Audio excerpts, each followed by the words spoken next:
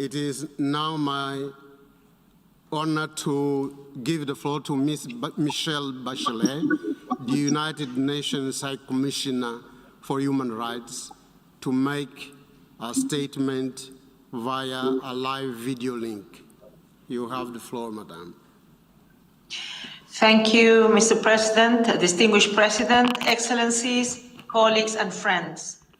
In the words of a Syrian women human rights defenders, and I'll quote her, "Every day, a delay puts more victims in danger, and with each day that passes with no action, we lose more detainees who are dying in detention." End of quote.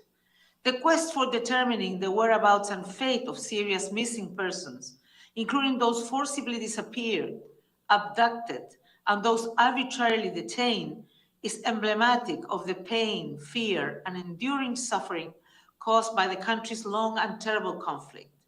But the fact that families of the missing from across the country come together, despite the clear risk they face in demanding and uncovering the truth, is a testament to the strength and courage of the Syrian people.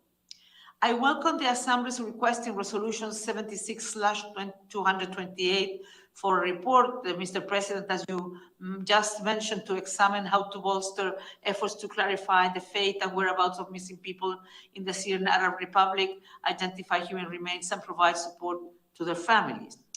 The scale of this tragedy is daunting, with people going missing in different contexts, such as during hostilities, displacement, or in detention. All too often, this is connected with the range of human rights violations and abuses. As the Secretary General said in his briefing to this Assembly last year, tens of thousands of Syrians have been arbitrarily deprived of their liberty in dire conditions and often subjected to torture and ill treatment. Men and women, as well as children, including boys as young as 11, have suffered sexual violence while in detention. As we enter the 12th year of the Syrian conflict, there continues to be a clear lack of progress in addressing the tragedy of missing persons. Despite the relentless work of Syrian victims, survivor, and family associations, and other civil society groups, and the efforts of many international bodies, the current status, whereabouts, and fate of tens of thousands of people remain unknown. Thousands of families of the missing remain in the dark. It is urgent that they are informed of the fate and whereabouts of their loved ones and be allowed to visit or communicate with them. Human rights and humanitarian agencies should be granted access to all places where detainees and abductees are held. The impact on women relatives and children is particularly severe. They face multiple legal and practical obstacles in key aspects of their daily lives.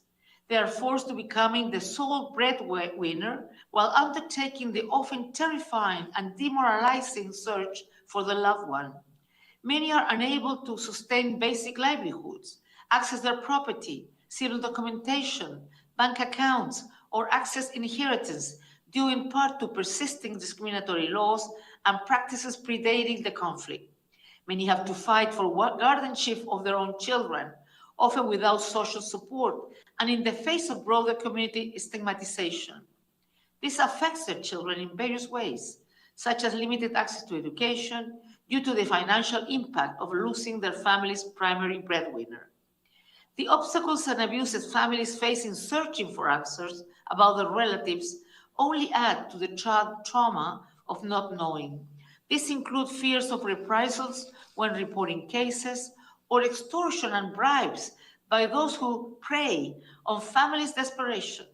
Particularly horrific is the black market of forged and fake reports of detention and interrogation, further exacerbating family suffering. The families are victims too, and have a right to the truth. Realizing the truth is a key step towards accountability and reconciliation. Mr. President, it is my hope that the study will drive a strong action by states and others to resolve this deeply painful situation. My office is committed to ensuring that the voices of victims and their families are central to devising solutions to the issue of missing persons. In preparing the report, OHCHR continued to meet with a wide range of Syrian victims, survivor, and family associations and other civil society organizations. In keeping with Resolution 76/228, this process is guided by a rights-based and victim-centric approach, as well as the principles of objectivity, inclusiveness, and do no harm. Families' views must inform any option designed to address this issue, and their active participation must be recognized. Not only are they the most affected, but their voice is crucial to identifying the needs of their families and the communities impacted by this tragedy, including financial and psychosocial support. My office is also keen to ensure that this work takes into consideration the gendered impact of missing persons. Women's perspectives are essential to this end. As stressed by a family member during this consultation, I will quote again, "Women, despite great suffering on all sides and further victimization, are leading these efforts to find out the truth." End of quote. It is time we recognize and support them for this leadership. As required by the resolution, bilateral and multilateral consultations are also being held with other relevant actors, such as the Commission of Inquiry on Syria, the International Impartial and Independent Mechanism, the Office of the Special Envoy, the International Committee of the Red Cross, the International Commission on Missing Persons, the UN Working Group on Enforced or Involuntary Disappearances, and the UN Working Group on Arbitrary Detention.